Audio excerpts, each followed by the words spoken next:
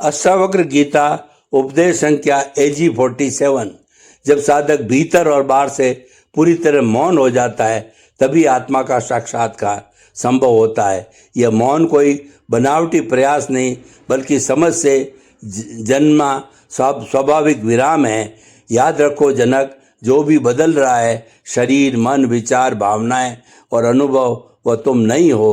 तुम वह हो जो इन सब परिवर्तनों का साक्षी हो, और वही साक्षी तुम्हारा असली स्वरूप है, आत्मा। जब साधक यह पहचान लेता है कि उसका वास्तविक स्वरूप कभी नष्ट नहीं हो सकता, तो मृत्यु का भय भी समाप्त हो जाता है। जनक, जब तक मन में इच्छाओं का प्रभाव बना रहता है तब तक अशांति भी बनी रहती है, क्योंकि इच्छा ही मन की निरंतर गति का मूल कारण है। एक पूरी होती नहीं कि दूसरी जन्म ले लेती है, और यही सिलसिला मन को बाहर की ओर दौड़ाता रहता है, जिससे आत्मा की शांति ओझल हो जाती है। लेकिन जैसे ही साधक समझ लेता है कि इच्छाएं कभी तृप्त नहीं की जा सकती, केवल त्यागी जा सकती है, उसी क्षण उसकी दृष्टि भीतर की ओर मुड़ती है और वहीं से मौलिक शांति की यात्रा शुरू होती है। ज्ञान का अर्थ केवल जानकारी जुटाना नहीं है, बल्कि स्वयं उस अवस्था में होना है। जनक, सच्चा ज्ञान किसी और से प्राप्त नहीं होता, यह तो भीतर से जागृत होता है। सच्चा ज्ञान वही है जनक, जब साधक स्वयं आत्मा में स्थिर हो जाता है। जैसे जल में घुला नमक जल का ही स्वरूप ले लेता है, वैसे ही साधक आत्मा में लीन होकर उसका ही स्वरूप बन जाता है। उस अवस्था में वह विचारों के स्तर पर नहीं जीता, बल्कि स्वयं चैतन्य रूप में अनुभव करता है। आत्मा तो सदा से स्वतंत्र है, बंधन केवल भ्रांति का परिणाम है। पाप, पुण्य, जन्म, मृत्यु, मोह और माया, ये सब अज्ञान जनित कल्पनाएं हैं, वास्तविकता नहीं। आत्मा कभी बनती ही नहीं। इसलिए जब साधक इस सत्य को गहराई से समझ लेता है तब वह स्वयं को बंधनों से परे अनुभव करता है। यही अनुभूति मुक्ति है, और मुक्ति का अर्थ किसी असाधारण उपलब्धि में नहीं, बल्कि सहज और स्वाभाविक स्थिति में स्थिर होने में है। मुक्त व्यक्ति ना कुछ सिद्ध करने की चेष्टा करता है, ना किसी को दिखाने की। वह बस जो है उसी में सहज होकर पूर्ण होता है। जब भीतर से हर प्रकार का आग्रह समाप्त हो जाता है, ना किसी को बदलने की चाह शेष रहती है, ना कुछ पाने की ललक, तब एक सहज और शांत उपस्थिति प्रकट होती है। यही वास्तव में मुक्त जीवन है। आत्मा स्वयं अनुभव करने वाली नहीं है, वह तो मात्र साक्षी है।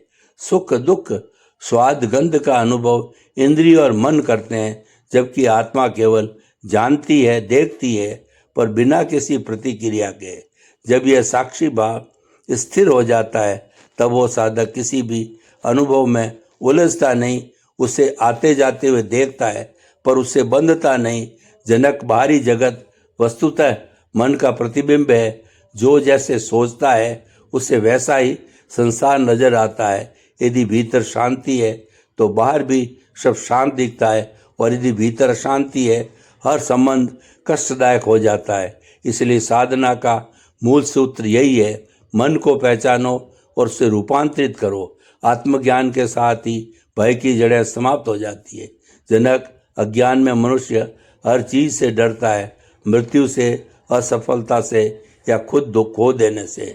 लेकिन जब उसे आत्मा का बोध होता है तो वह समझ जाता है कि खोने के लिए कुछ है ही नहीं, क्योंकि वही तो सब कुछ है।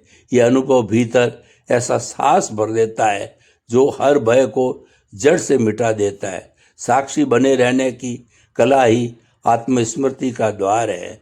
जब इंसान स्वयं को हर परिस्थिति में केवल देखने वाला मान लेता है, तब धीरे धीरे उसकी यात्रा जीवन के केंद्र की ओर मुड़ जाती है। अब वो बाहर भटकता नहीं, बल्कि भीतर टिक जाता है। यही जागृति आत्मचेतना है। यहाँ समूचा जीवन एक खेल की तरह सहज प्रतीत होता है, परंतु अहंकार इस सत्य पर पर्दा डालता है।